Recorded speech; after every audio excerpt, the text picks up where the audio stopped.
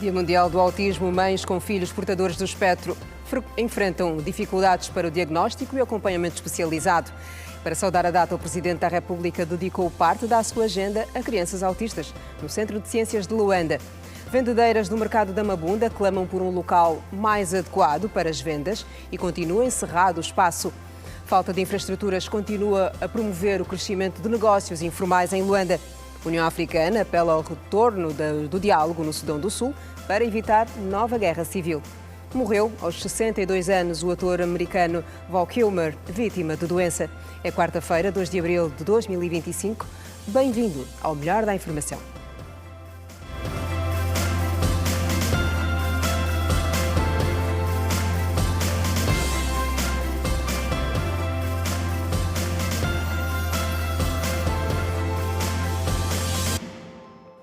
Olá, boa noite.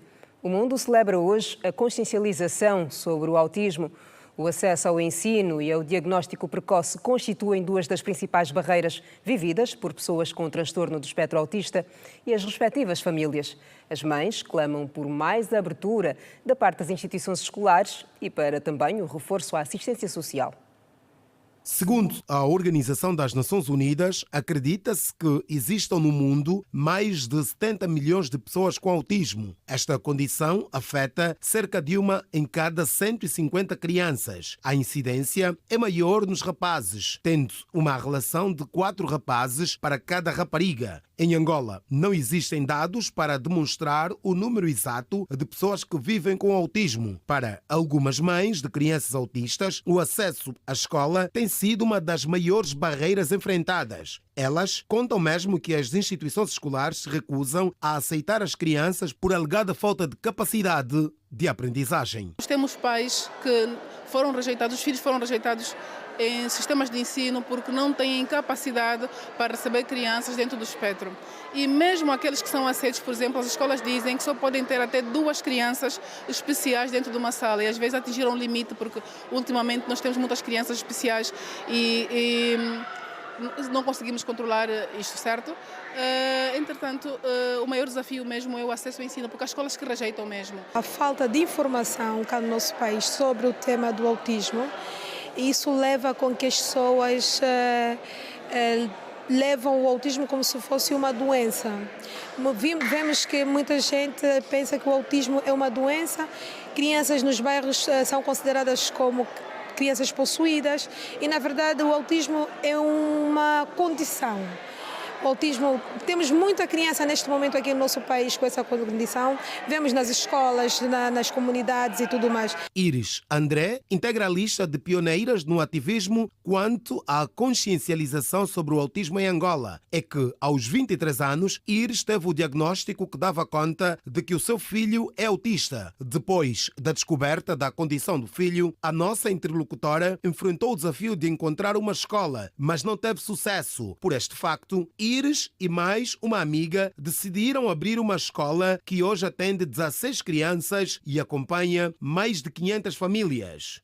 Na altura que o meu filho foi diagnosticado, as instituições ainda não falavam, acho que há 12 anos não se falava tanto de autismo como agora, e o processo de inclusão ainda para nós é um caminho que está a andar, está a iniciar, e naquela altura só existia o complexo escolar dos congolenses que não oferecia as condições que eu realmente queria para o meu filho. E depois, passado 5 anos ou 6 anos, criamos o Coração Azul, que é uma instituição que tem um ATL específico para o cuidado destas pessoas. Então, naquela fase foi muito difícil encontrar especialistas para que atendessem essas pessoas. Foram várias dificuldades. De acordo com esta mãe, a condição de autista exige atenção redobrada. Daí o apelo para o reforço da assistência social às famílias que tenham parentes que vivem com o autismo. Visto que 80% dos meninos que foram diagnosticados com autismo, muitas delas, pai e mãe, estão de um lado para o outro. 80% dos casais se separam após o diagnóstico. Com quem fica esta criança?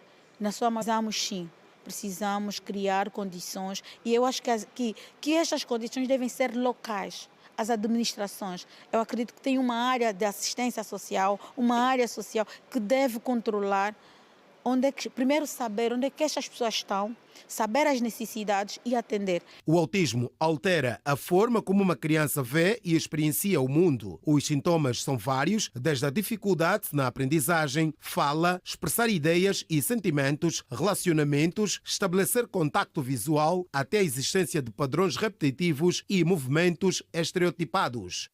E o Presidente da República, João Lourenço, visitou o Centro de Ciências de Luanda no ato que visou saudar o Dia Mundial do Autismo.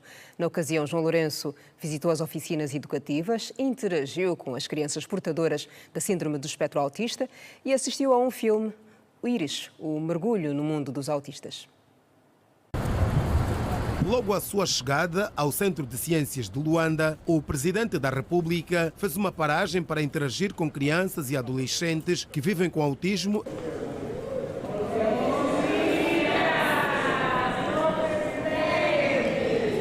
Depois, o Presidente da República, João Lourenço, visitou oficinas educativas com as crianças autistas, participou da inauguração da exposição Autismo Sem Máscara, que conta com quadros ilustrados pelas crianças autistas. Trata-se de uma exposição inovadora que promove a conexão emocional entre mães e filhos com autismo através da pintura. Entre os rostos ilustrados, destaque para o da Primeira-Dama da República, Ana Dias Lourenço. Foi perfeito, foi fantástico. Nós recebemos autistas ou pessoas especiais de nível 1 e 2. Tivemos o cuidado também com os nossos educadores e animadores científicos. Tivemos ainda o cuidado com os fonólogos e toda outra equipa especializada para que efetivamente a atividade fosse realizada com tranquilidade, com os protocolos observados para que efetivamente a atividade fosse mais inclusiva, mais participativa. Participou familiares, participaram também. Nós recebemos a volta de 100 crianças especiais, não é? Incluindo as mães, os acompanhantes, portanto, mas em especiais nós recebemos 100 crianças.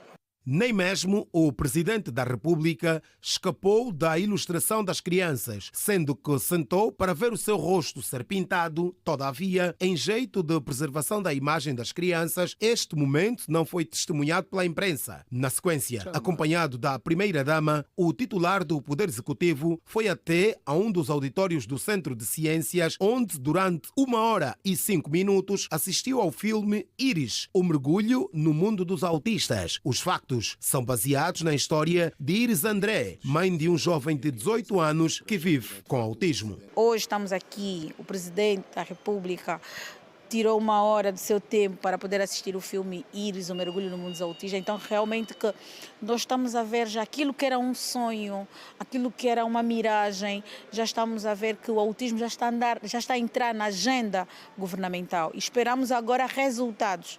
Que resultados é que vocês esperam?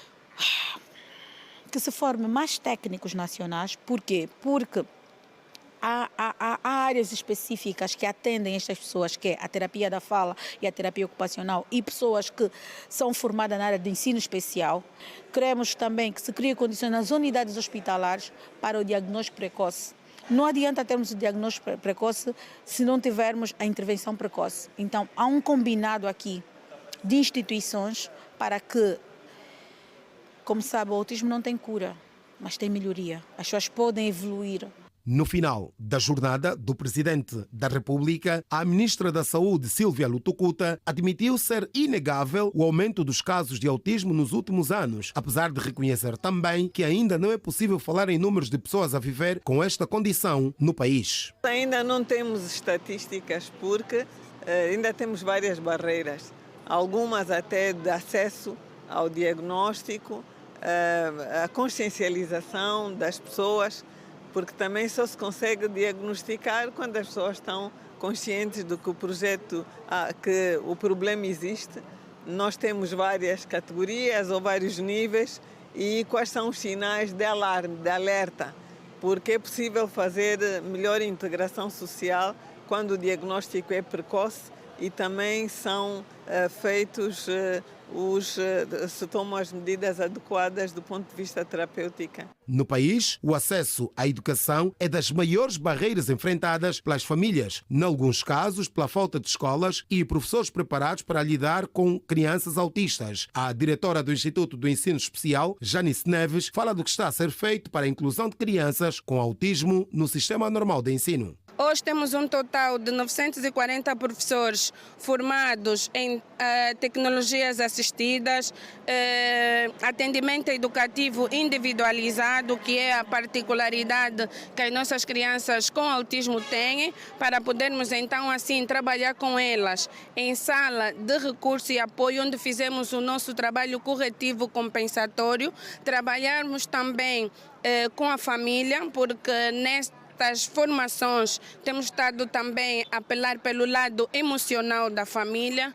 Então pensamos que a nível do setor da educação, com as parcerias que temos entre os países e mesmo nós, enquanto instituto, também temos feito formações contínuas e sistemática aos nossos professores das escolas especiais. Promovendo a neurodiversidade e os Objetivos de Desenvolvimento Sustentável é o lema deste 2 de abril, Dia Mundial da Consciencialização do Autismo. E acontece neste momento o coquetel de apresentação da Cimeira Estados Unidos-África, que Angola vai acolher em junho deste ano. O evento tem como objetivo a articulação entre as partes e traçar diretrizes para a participação de Angola na Cimeira. O Alberto Capitão acompanha este evento e tem outros detalhes. Capitão, boa noite. Ora, boa noite, Kina Santos. Boa noite a quem nos acompanha no Girassol Jornal por esta altura. De facto, trata-se da 17ª edição da Cimeira Estados Unidos-África. A última aconteceu no ano passado, em que o Presidente da República, João Lourenço, foi a figura principal daquele evento, tendo feito um discurso onde apresentou Angola para os investidores, tendo convidado também investidores americanos a virem para Angola no sentido de apostarem no mercado nacional. Esta cimeira, que será a 17ª, que vai acontecer entre 22 e 25 de junho, é aguardada com muita expectativa e fala-se mesmo na participação de mais de 2.000 empresas, entre africanas e também norte-americanas. Tenho comigo o presidente do Conselho de Administração da IPEX, Agência de Promoção das Exportações de Angola, Dr. Arlindo das Chagas. Boa noite. O que é que se aguarda para esta 17ª edição da Cimeira Estados Unidos-África? Aguardamos mais de 2.500 delegados entre individualidades e empresas e chefes de Estados da África. Estamos a falar de quais os países que já, por esta altura, confirmaram a participação e, em termos de expectativas, o que é que Angola pretende colher com este evento? Nós estamos a falar de empresas africanas, americanas, europeias e a expectativa que nós temos é que as empresas angolanas capitalizem esta oportunidade de exposição internacional. Doutor, é uma cimeira que vai acontecer no momento em que a presidência norte-americana, agora liderada por Donald Trump, tem estado a fazer muitas mudanças com a questão dos impostos. Mesmo assim, Angola mostra-se confiante na atração de investimentos. Sim, continuamos com a expectativa positiva e todas essas alterações, felizmente, não temos conhecimento que nenhuma delas afeta a África e nos programas com a África. Muito bem, muito obrigado, Dr. Arlindo das Chagas, que é o presidente do Conselho de Administração da IPEX, a Agência de Promoção e Exploração das Exportações de Angola, que visa, tem como grande objetivo atrair investimentos para o nosso país. Agora vou à conversa com João Germano, que é o representante do grupo Mitrel em Angola, um grupo que se juntou a esta cimeira como um dos patrocinadores. Eu lhe pergunto, doutor Germano, em termos de expectativas, o que é que vocês, enquanto grupo empresarial, aguardam e por que é que decidiram se juntar a este evento? Bem, nós, enquanto grupo e fruto da nossa forte presença no mercado, não só em Angola, mas noutros países africanos, temos uma expectativa muito grande. Achamos que os Estados Unidos é um parceiro estratégico para o desenvolvimento africano. Esta cimeira vai traduzir essa parceria não só no mercado angolano, mas também noutros mercados africanos. Estamos a falar de uma cimeira Estados Unidos-África. Temos, claro, uma expectativa particular em relação ao corredor do Lobito.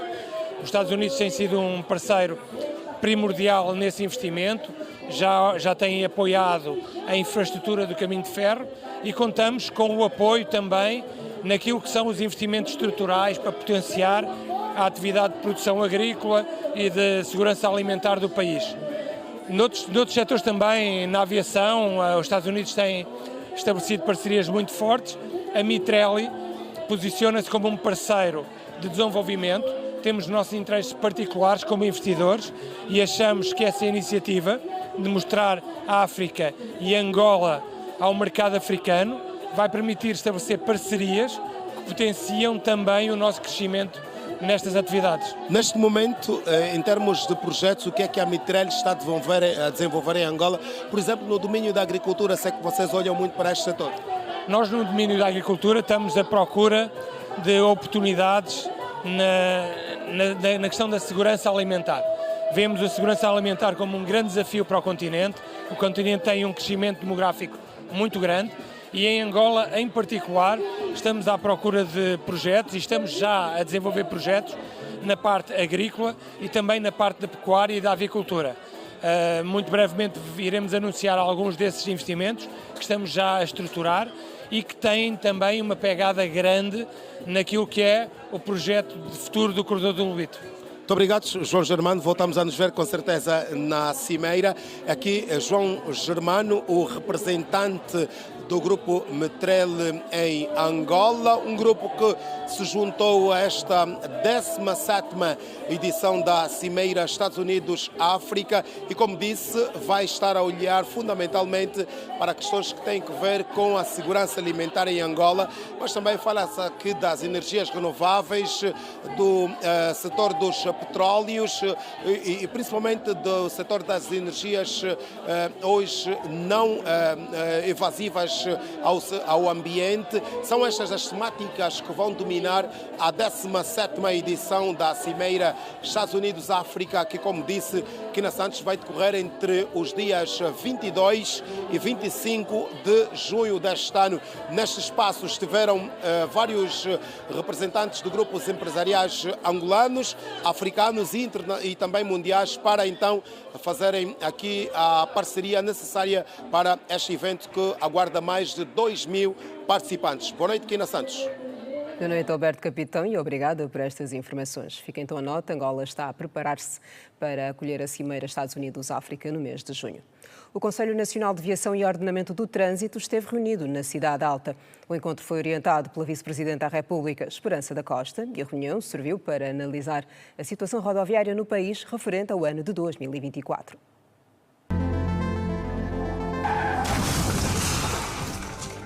A sinistralidade rodoviária continua a ser a segunda maior causa de morte em Angola, apesar de registrar uma taxa reduzida de 8% em 2024, se comparada a 2023. A situação ainda preocupa as autoridades.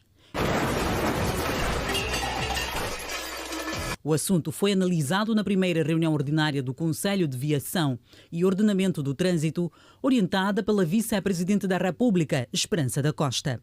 Dados revelam que o número de feridos durante o ano findo foi superior ao número de mortos nas estradas do país.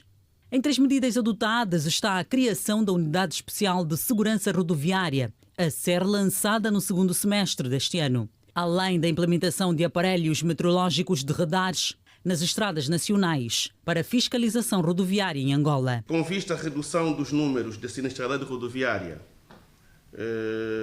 a aposta passa, entre outras, para a criação de algumas medidas. E é por isso que, ainda este ano, nós vamos reforçar a criação da Unidade Especial de Segurança Rodoviária, que julgamos que ainda este ano, até durante o início do segundo semestre, vai ajudar a incrementar ações que visam a melhoria da segurança nas estradas do nosso país. Durante esta reunião, procedeu-se também à apreciação da implementação das ações chaves referentes ao ano de 2024 e no âmbito do Plano Nacional de Prevenção e Segurança Rodoviária possa ser uma realidade, e isto pode ocorrer ainda este ano também.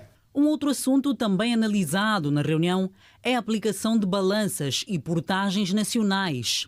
A primeira portagem será construída na Estrada Santa Clara, que ligará Angola à vizinha República da Namíbia. E a segunda é a do Zenza do Itombe, projeto cotado para reduzir o volume de cargas. Ao todo, o programa prevê um total de 21 portagens a serem construídas em todo o país até o ano de 2027. A prioridade são aquelas junto às zonas fronteiriças. Em grosso modo, a primeira portagem feita com investimentos públicos será a da Santa Clara, ligando Angola à Namíbia, e ela terá o seu fim previsto em outubro de 2025. E a segunda, do Zenza do Itombe, regulando o tráfego da Estrada Nacional 230 e da Estrada 120 com recurso à parceria público-privada, terá o seu fim, então, no primeiro semestre de 2026. Com isto, nós conseguimos, por um lado, controlar os excessos de cargas. Hoje vimos ainda nas nossas estradas um volume muito grande de cargas, e o programa das balanças visa essencialmente regular esse controle de peso. Teremos uma fase que será uma fase de sensibilização, consciencialização, e obviamente uma segunda fase em que já, por regime de multas e outros elementos, nós vamos tentar disciplinar. Criada por Decreto Presidencial número 18/13, o Conselho Nacional de Viação e Ordenamento do Trânsito é o órgão de consulta do titular do Poder Executivo em matérias ligadas à viação e ordenamento do trânsito a nível nacional, com atribuições de promover a segurança do trânsito rodoviário e propor a aprovação de leis e de outras medidas destinadas a resolver os problemas do trânsito rodoviário. Mais de 18 cidadãos foram detidos por furto, roubo qualificado e receptação no âmbito da Operação Relâmpago Rangel Seguro. Entre os detidos, destaque recai para um adolescente de 16 anos de idade, considerado altamente perigoso e líder de um grupo suposto de supostos marginais denominados Malta King, que tirava o sono aos moradores do município do Rangel. Os assaltos em Luanda continuam a tirar o sono dos moradores. A polícia tem feito operações no sentido de reverter a situação. No município do Rangel, por exemplo, as operações relâmpagos têm surtido efeitos. E foi numa destas onde um adolescente de 16 anos, considerado altamente perigoso e líder de um grupo de supostos marginais denominados a Malta King, foi detido. É jovem de idade, ainda aparenta ser um menino, mas já com alguma estrada no ramo da criminalidade. Na verdade, no âmbito mesmo das medidas que a comandante, na base de um plano de operações GISO, denominado Operação Relâmpago ou Rangel Seguro, portanto, isso possibilitou a detenção deste menino, que é, na verdade, o líder de uma associação, aquilo que já fez referência, e também está ligado aos roubos, crimes na via pública. Estamos a falar roubos por puxão ou esticão, que são os roubos de telemóvel. É um rapaz que já tem passagens aqui pela esquadra, pela polícia, já foi por diversas vezes aconselhado, já houve uma conversa aturada com os familiares, mas vem de uma família com também um histórico de crimes. Só para terem uma ideia, ele tem 3 irmãos na comarca de Luanda, né? E 2 deles que estão a tentar regenerar-se do mundo do crime. Bobola é outro indivíduo que deixava os moradores do município do Rangel, na zona do Paraná, preocupados. Agora encontra-se detido. De um total acima de 20 detidos, que estão envolvidos em vários crimes. Aqui o destaque vai precisamente para também a detenção do Bobola. O Bobola portanto, um jovem que está envolvido no roubos a residências, também foi detido, altamente perigoso, portanto, realizava ações criminosas aqui na zona do Paraná, criava uma série de embaraços à população, tirava o sono aos munícipes e foi detido na base dessas medidas da Operação Relâmpago Rangel de Seguro. Portanto, Bobola tem também um histórico de crimes, não é? já teve inclusive detido, mas ainda assim não conseguiu deixar o mundo do crime e desta vez foi novamente detido. Néstor Goubel disse que tem registrado muitos casos de abuso de confiança. Jovem de 27 anos de idade, pela presumível autoria do crime de abuso de confiança também, e uso indivíduo do cartão multicaixa. O que é que aconteceu? Este indivíduo trabalhava na loja de um tio e ele pagou no cartão que fazia os pagamentos e tudo mais na loja e foi fazendo compras para o seu benefício. Dessas compras que ele fez, efetuou a compra de 3 motorizadas e alguns plasmas e mais meios que ele conseguiu portanto, comprar com um cartão com dinheiros que não lhe pertencem. Durante a apresentação destes supostos marginais, Néstor Goubel disse que foram recuperadas uma viatura, mais de 20 cabos elétricos e várias motos. Alguns indivíduos puderam receber os seus artigos depois de sofrerem assaltos na via pública. Eles agradeceram o trabalho da polícia. Estou grato pelo serviço da polícia, porque não foi fácil. Já fui girando, indo das quadra às quadras, mas sou grato pelo trabalho que a polícia fez. Já não contava mais, porque não é fácil. A polícia não tem como, tudo é possível. Muito trabalho, satisfeito pelo trabalho. Espero que continuem a fazer o mesmo, dobrem o trabalho, porque a maldade não tem dormido atualmente. Então, o trabalho feito pela polícia tem que ser maior, para proteger indivíduos como eu e outros que talvez estejam em aflição, para assim lhe ajudarem também. Recordo que o município do Rangel tem agora uma nova comandante em exercício. Trata-se de Clélia Kisanga. Negócios informais. Faltam infraestruturas adequadas para regular o comércio. Em destaque. Continua o processo de requalificação do mercado da Mabunda, que está provisoriamente encerrado. As vendedeiras clamam por um lugar mais adequado para as vendas. Entretanto, há quem concorde que as obras acreditam nas obras, é isto que quis dizer, e estão crentes que trará benefícios no futuro. Embora os transtornos sejam visíveis com a venda desordenada do peixe nas ruas da Samba, devido ao encerramento temporário da Praia da Mabunda, onde comercializavam diversos produtos do mar em condições de pouco asseio, as vendedoras dizem que até o momento não lhes foi indicado um lugar de substituição pelas autoridades locais. Nós estamos a andar à toa. Não temos sítio. Primeiro dia fomos na Praia Amélia, vendemos lá um dia que é sábado.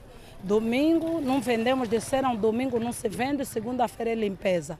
Fomos terça-feira de manhã, nos mandaram sair, mandaram voltar para aqui, para Mabunda. Disseram tem um espaço lá atrás, é que nós arranjamos para você vender. Chegamos lá atrás, nos tiraram de novo. Arranjamos um cantinho ao lado dos nossos processos, onde nós estamos a se remediar, a polícia está atrás conosco. Não temos resposta nenhuma. Só disseram que estamos a fazer limpeza, até agora não temos resposta nenhuma. Fizemos o cadastramento, nos mandaram fazer as fezes, já entregamos as amostras, ainda não nos falaram nada. Estão à vista as obras que estão a ser feitas no mercado da Mabunda para a melhoria das condições de acessibilidade e das vendas. No passado, era um local propenso à disseminação de várias doenças devido ao estado lastimável de amontoados de lixo, águas paradas e cheiro nauseabundo. Acredito que sim, porque tem muita gente a vender por fora. Vai ser uma coisa muito bonita e nós estamos a esperar o melhor disso. Criou transtorno sim, porque muitas mulheres, as mães necessitam de vender, criar os seus filhos por causa desse negócio que é a Mabunda, vendem aqui peixe, conseguem criar, mas também nos criou um benefício porque já vamos ter uma praça na qual as senhoras vão poder vender à vontade. Apesar dos atuais transtornos, a esperança é de quando as obras terminarem, haverá benefícios para os vendedores e a população em geral, porque passará a ser um local de venda. O trabalho que o Estado está a fazer. Os município dos Molenvos e também o de Viana tiveram registro de mais de 2.000 casas inundadas e uma morte por eletrocução, assim está certo. Segundo o balanço preliminar realizado hoje pelas autoridades locais. Do balanço feito depois da chuva desta terça-feira, consta ainda o desabamento de residências e algumas ruas intransitáveis, o que obrigou alguns moradores a adaptarem barreiras para impedir a entrada de águas paradas. Na Rua da Brasileira, uma das mais críticas do agora município dos Molenvos, para transitar nela somente com viaturas todo-terreno. As águas paradas deixaram intransitável parte da rua e inclusive Dona Domingas não conseguiu sair de casa. Os carros, quando passam, a água entra até no quintal. Sem eu fazer isso, então não consigo como dormir em casa. Principalmente esses dias que a chuva está a cair de noite, pai. Você que tem crianças pequenas no quintal, como é que você vai apanhar sono? Às vezes a água pode avançar até lá dentro. Está mesmo mal, meus filhos. Este posto de energia elétrica também tem tirado o sono de Dona Domingas. Tenho medo até das pessoas que passam as madrugadas aqui, pai. Esse fio se arrebenta aí no posto, tudo muito bem. Mas se arrebenta aqui desse lado, o cabo cai na lagoa, como é que fica? Morre pessoas. Ainda no município dos Molenvos, a chuva de terça-feira aumentou a progressão desta ravina e os efeitos foram desastrosos para alguns moradores. Não estamos a dormir por causa do medo da vala. Essa vala já está há muitos anos. Estamos a clamar pela ajuda do governo para ver se a situação está mal mesmo. Poder entrar no nosso quintal, vamos ver do jeito que está sempre quando chove, tem sempre uma racha. Sim, a nossa parede do jeito que está mal também.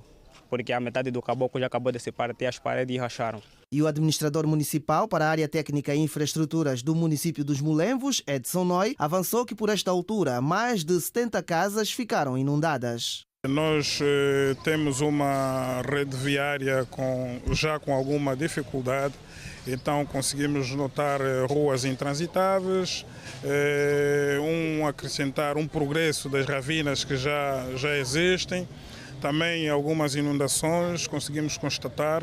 Nós temos cerca de, até hoje, temos uma confirmação de cerca de 72 casas inundadas. Temos estado a receber mais algumas notícias. Na verdade, não temos registrado no nosso município nenhuma vítima mortal.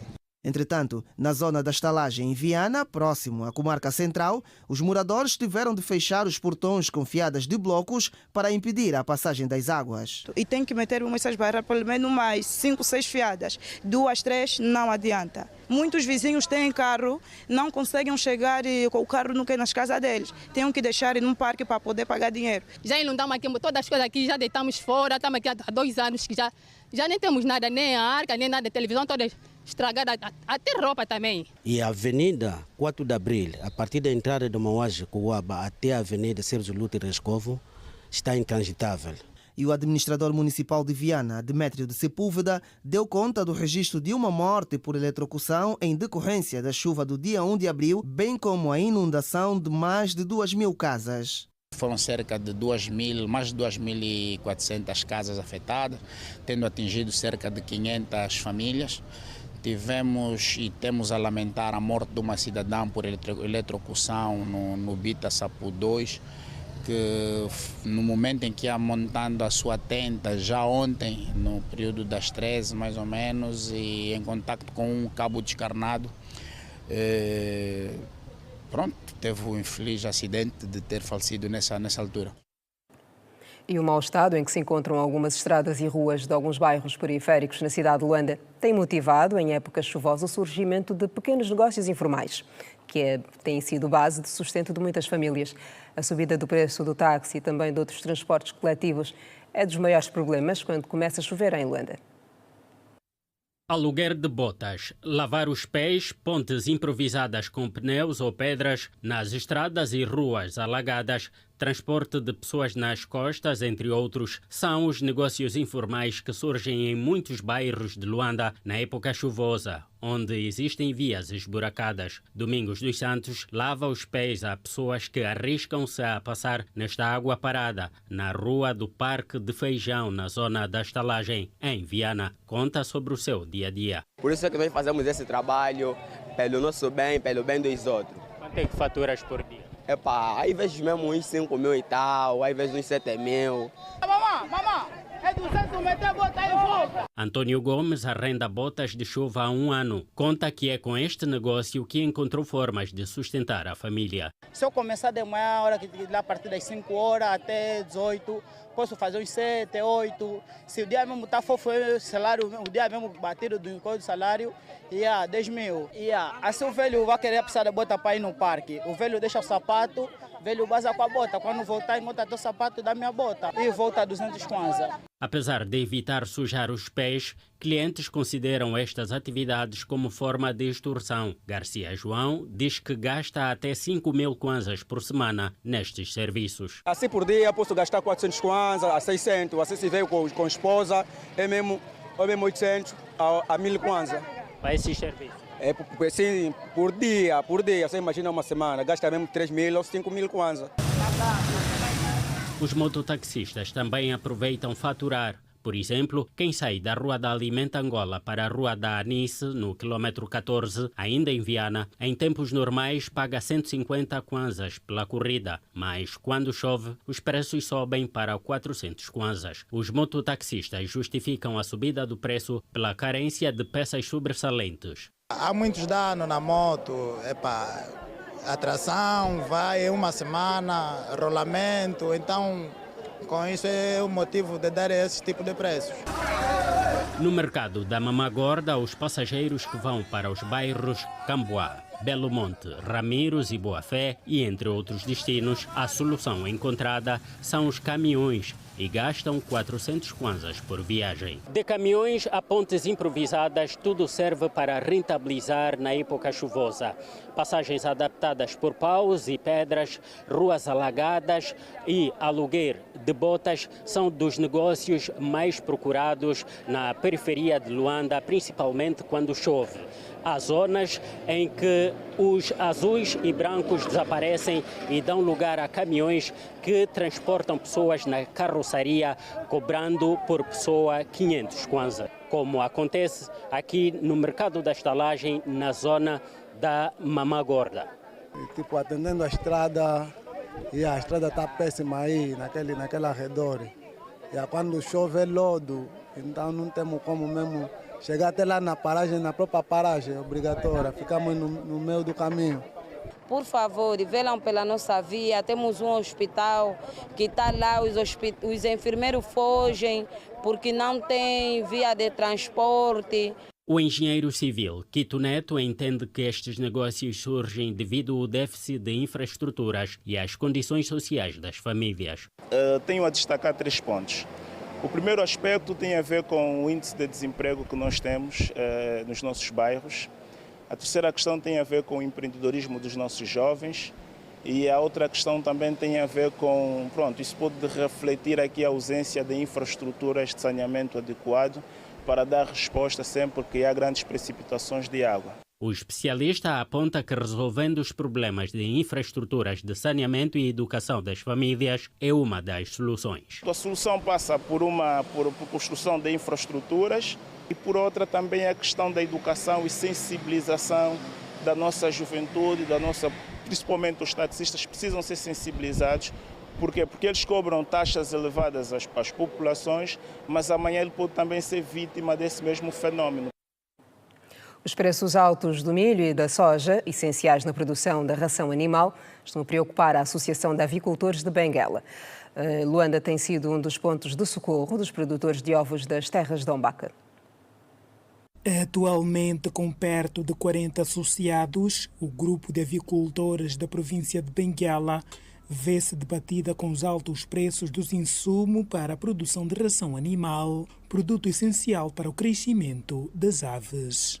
Um dos grandes problemas, um dos grandes empecilhos que impede a progressão e a produção massiva de ovos e frangos em Angola e particularmente em Benguela tem que ver com a questão da ração. Portanto, e quando falamos da ração, estamos exatamente a falar da escassez dos insumos que são usados para a fabricação da ração. O milho, a soja, o óleo de soja, em alguns casos o premix e outros. Benguela não foge a essa exceção. Benguela também tem enfrentado seriamente essas dificuldades. As províncias de Luanda e Huambo são as fontes dos avicultores, tendo em conta a escassez, sobretudo do milho, na província de Benguela. Parte da nossa ração vem de Luanda, das fábricas que temos em Luanda, caríssima, ou do Huambo. Obviamente que a questão de logística e transporte encarece consideravelmente o custo do produto final. Ou seja, nunca conseguiremos competir, não é, no contexto atual, da forma em que hoje produzimos o ovo, dificilmente conseguimos competir ou sermos competitivos em relação a outras regiões, a outras latitudes, como por exemplo o Huambo e Benguela. Portanto, ainda assim consideramos que o mais importante é realmente não parar. Não temos recursos, temos que procurar encontrá-los, temos que ir à luta. É bom saber que ainda podemos contar com outros players da cadeia a nível do país e não dependermos inteiramente da importação. Atualmente, os avicultores fornecem para o mercado local mais de 30 mil caixas de ovos por mês, descartando a possibilidade de importações do produto alimentar. Grande parte das granjas, grande parte dos aviários aproveitam esta época para fazer a reposição de aves, abatendo as mais antigas, que estão no fim do processo de postura, substituindo por aves mais novas. Portanto, isto cria um relativo desequilíbrio a nível de preços, a nível da balança do mercado. Mas acreditamos que seja algo bastante periódico, momentâneo, e que rapidamente conseguiremos chegar ao ponto de convergência que realmente satisfaça as necessidades do mercado a nível de procura e de oferta. Mas também não podemos deixar de dizer que a questão dos insumos, como o milho, que ainda muitas das vezes é comprado muito distante, Malange, Kwanza Norte, Kwanza Sul, nos mercados informais, também influencia significativamente o preço final do ovo. Portanto, enquanto Angola não produzir milho nas capacidades que realmente precisamos para consumo, não só a nível dos aviários, mas também para o consumo direto para as populações, dificilmente conseguiremos ter um ovo competitivo, um preço do ovo competitivo ou do frango competitivo. Produtores de ovos na província de Benguela e os desafios com a aquisição de ração animal para a produção de ovos. Veja depois do intervalo as novidades do apaixonante mundo dos desportos. Não saia daí, eu volto a seguir. Até já.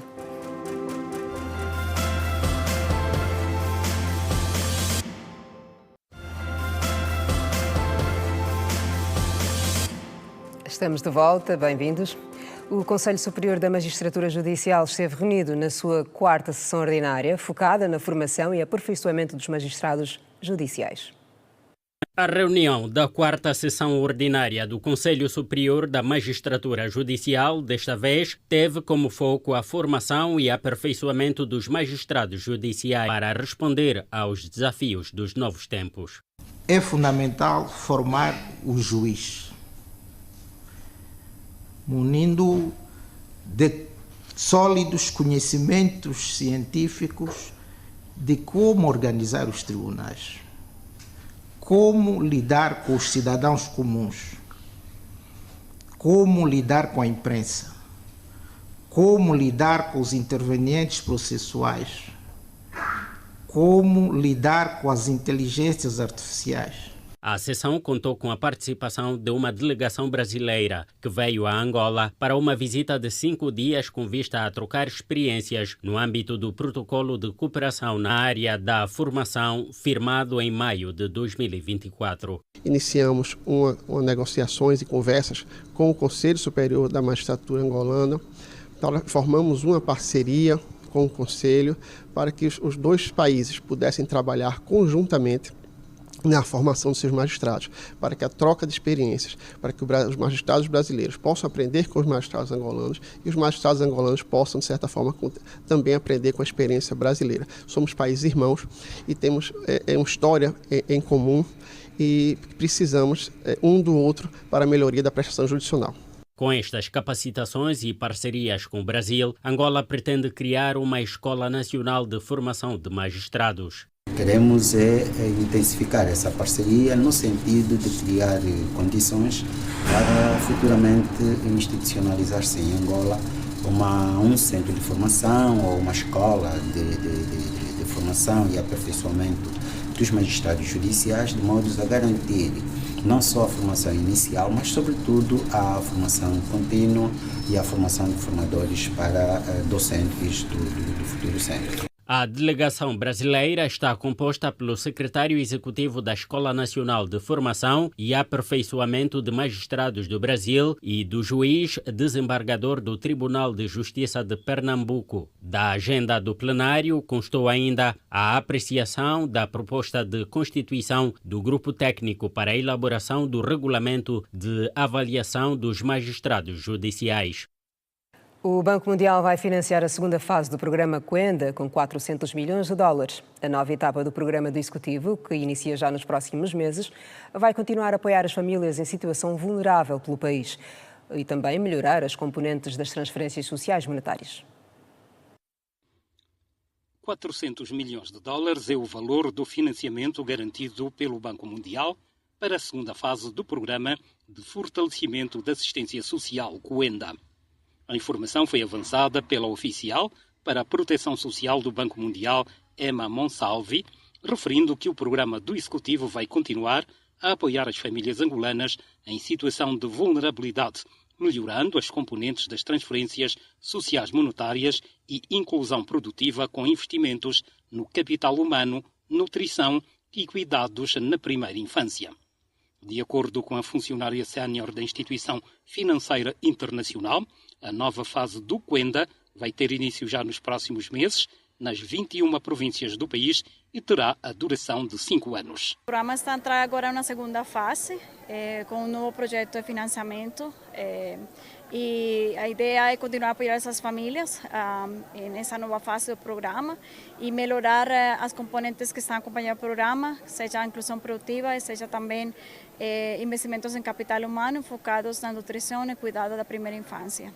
O projeto que vai entrar agora a financiar a segunda fase do programa Cuenda é um projeto orçamentado por 400 milhões de dólares. A expectativa é que inicie nos próximos meses. Emma Monsalve realça que nesta segunda fase do programa será igualmente prestada especial atenção ao empoderamento das mulheres, que são a maioria das beneficiárias, para melhorar a sua qualidade de vida e das famílias. Para nós, sempre nos projetos, nós damos uma atenção especial às mulheres. No programa Cuenda, a maioria das beneficiárias são mulheres e a ideia é continuar a empoderar essas mulheres com o programa e com os investimentos que estamos a fazer nos diferentes sectores para elas maiores oportunidades, não só para elas, mas para suas famílias.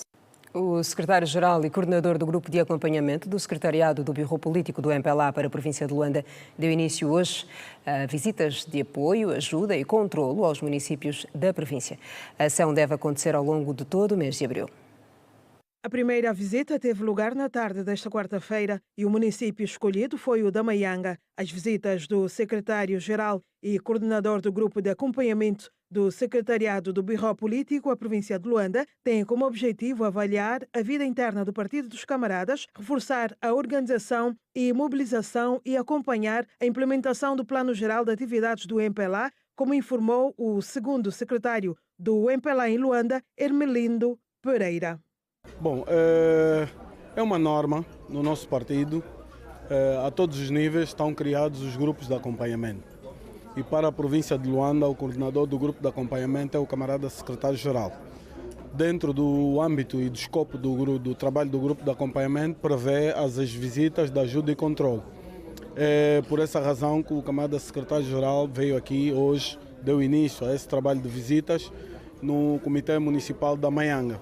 Isto porquê? Porque, como vocês acompanharam, muito recentemente tivemos as conferências de adaptação do partido à nova divisão política administrativa e daí resultou novas direções dos comitês municipais, dos comitês alguns comunais e então o camarada secretário-geral, na sua condição de acompanhante, decidiu que desde o início do funcionamento dessas estruturas, horas eleitas, deviam, portanto, fazer-se presente.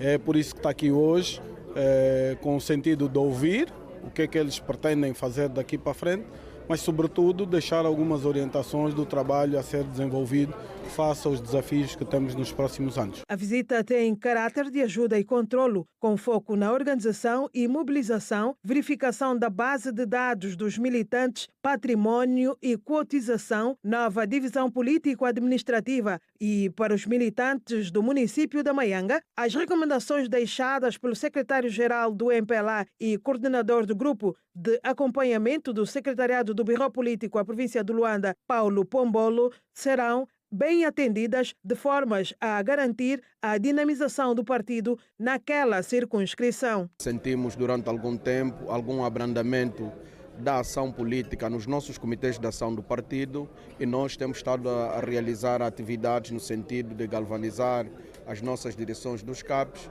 e podermos estar cada vez mais inseridos nas nossas comunidades.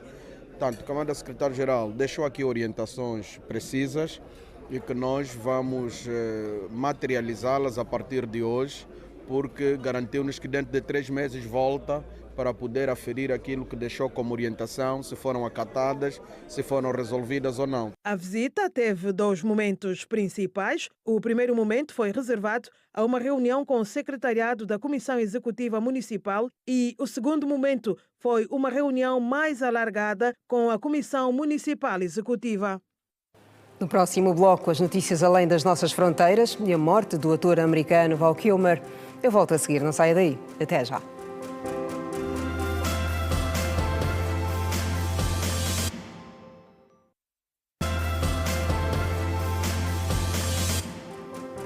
Bem-vindos a mais uma parte do jornal. Uma delegação de mediadores da União Africana chegou ao Sudão do Sul para o estabelecimento de um diálogo. O objetivo é evitar o retorno à guerra civil. O clima ficou tenso no país depois de o primeiro vice-presidente ter sido detido por forças do governo.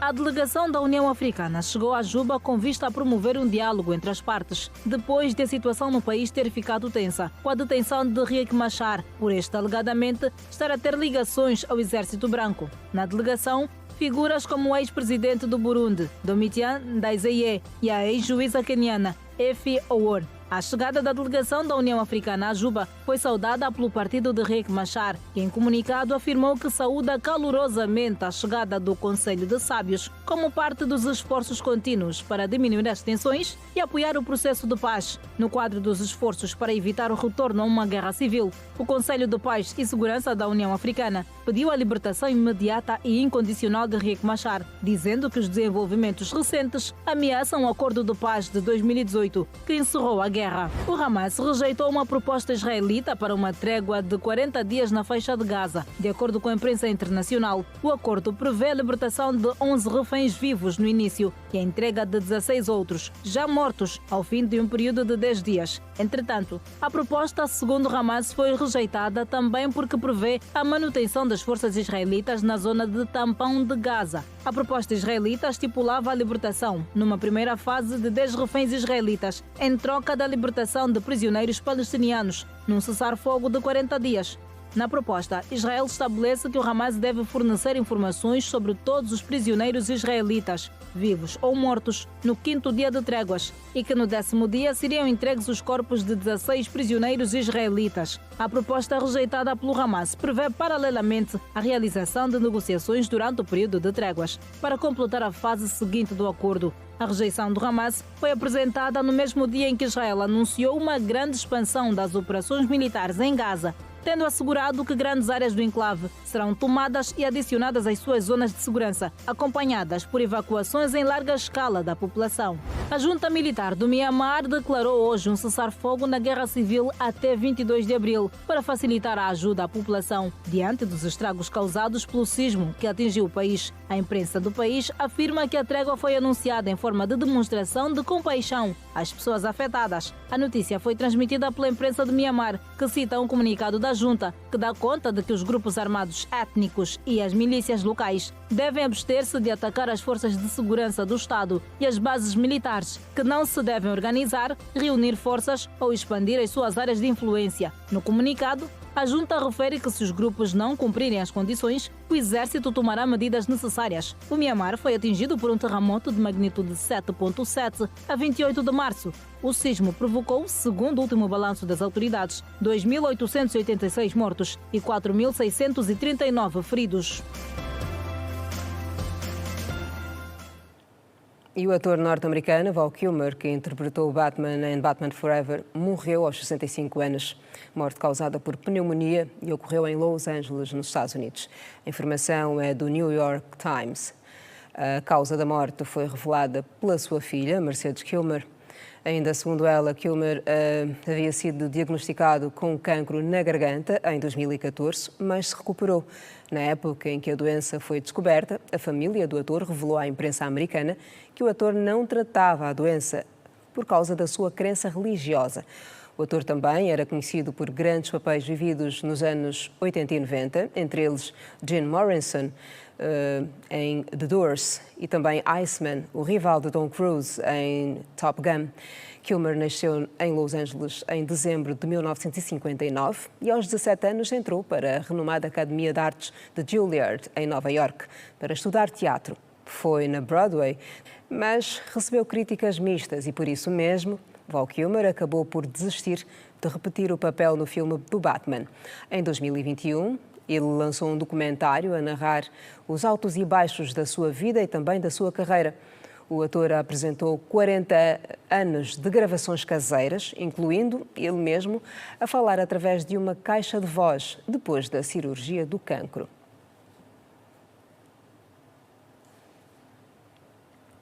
E já estão criadas as condições para a produção mineral nas terras raras do Longonjo, no Ambo. O encarregado de negócios norte-americano James Story e outros diplomatas trabalham na província. Os Estados Unidos, com um investimento de mais de 6 mil milhões de dólares, um valor que pode ser aumentado nos próximos tempos para acelerar o crescimento económico da região.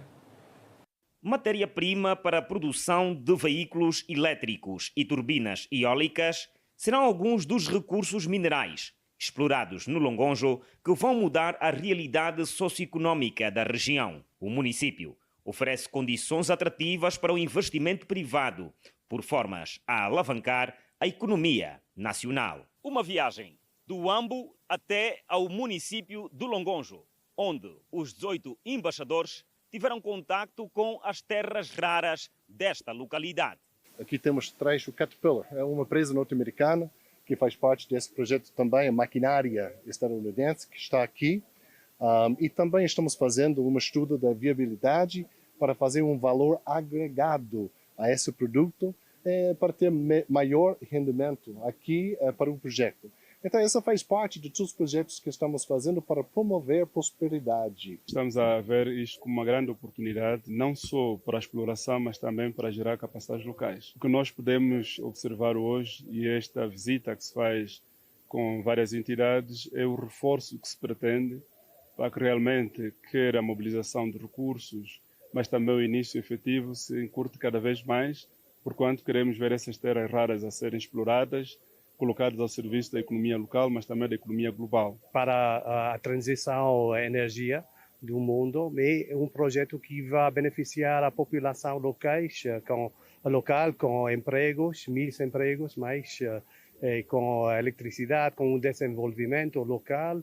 Os investimentos nas terras raras do Longonjo contemplam também apoio aos cidadãos que noutrora dedicavam-se ao cultivo aqui neste município do Longonjo. Da nossa parte, estamos a prestar todo o apoio necessário, de modo a que nada falte para que o projeto tanto conheça o seu desenvolvimento natural. Que as comunidades que residiam aqui também estão contempladas, ou seja, há um projeto que visa realocar essas comunidades, quer para efeitos da sua atividade produtiva, quer também salvaguardar os seus interesses locais. Em total, são mais de 6 mil milhões de dólares. Em total, esse projeto esse estudo de viabilidade que nós oferecemos neste momento são 3,4 milhões de dólares, mas tem oportunidades de financiamento muito maiores.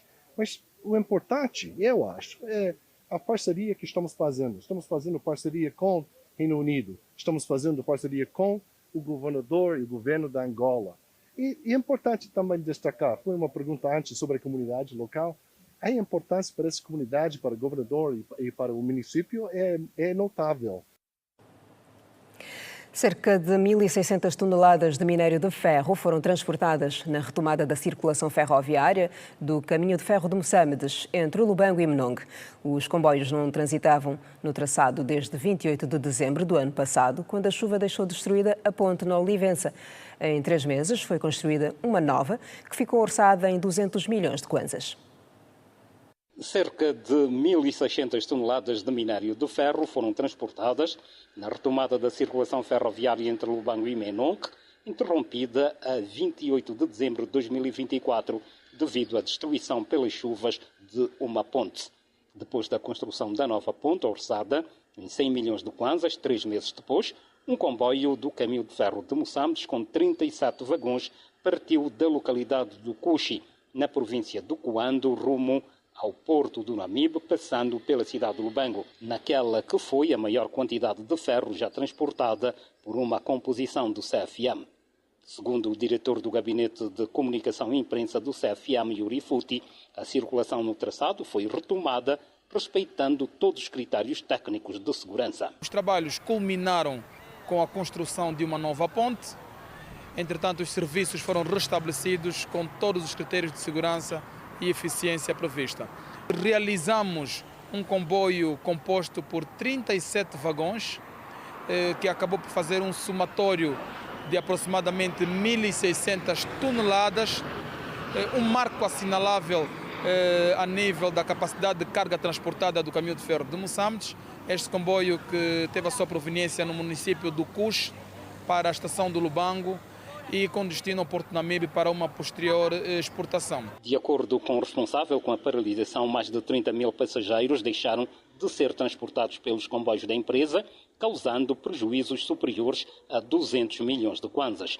Para dinamizar a circulação, Yuri Futi garante que os comboios passam a contar com novos horários e serão reabertas todas as 57 estações ferroviárias. Anunciar já que se encontram disponíveis novos horários, bem como a reabertura de algumas estações a nível deste traçado. É uma preocupação dos governos da província do Cubango, da Huila e também do Namibe, reabrir algumas estações que se encontram a nível deste traçado ferroviário para que de alguma forma desafogue e facilite a circulação ferroviária. Entretanto, estações como a estação da Xanja, de Olivença, de Nompeto, do Dongo, do Culuí, foram reabertas e paulatinamente o caminho de ferro de Moçambique vai fazer então traçar estratégias para que se abram todas as 57 estações a nível de todo o traçado. Hoje ficamos por aqui. Amanhã há mais informação aqui na TV Girassol e em todas as nossas plataformas digitais. Fique bem. Boa noite.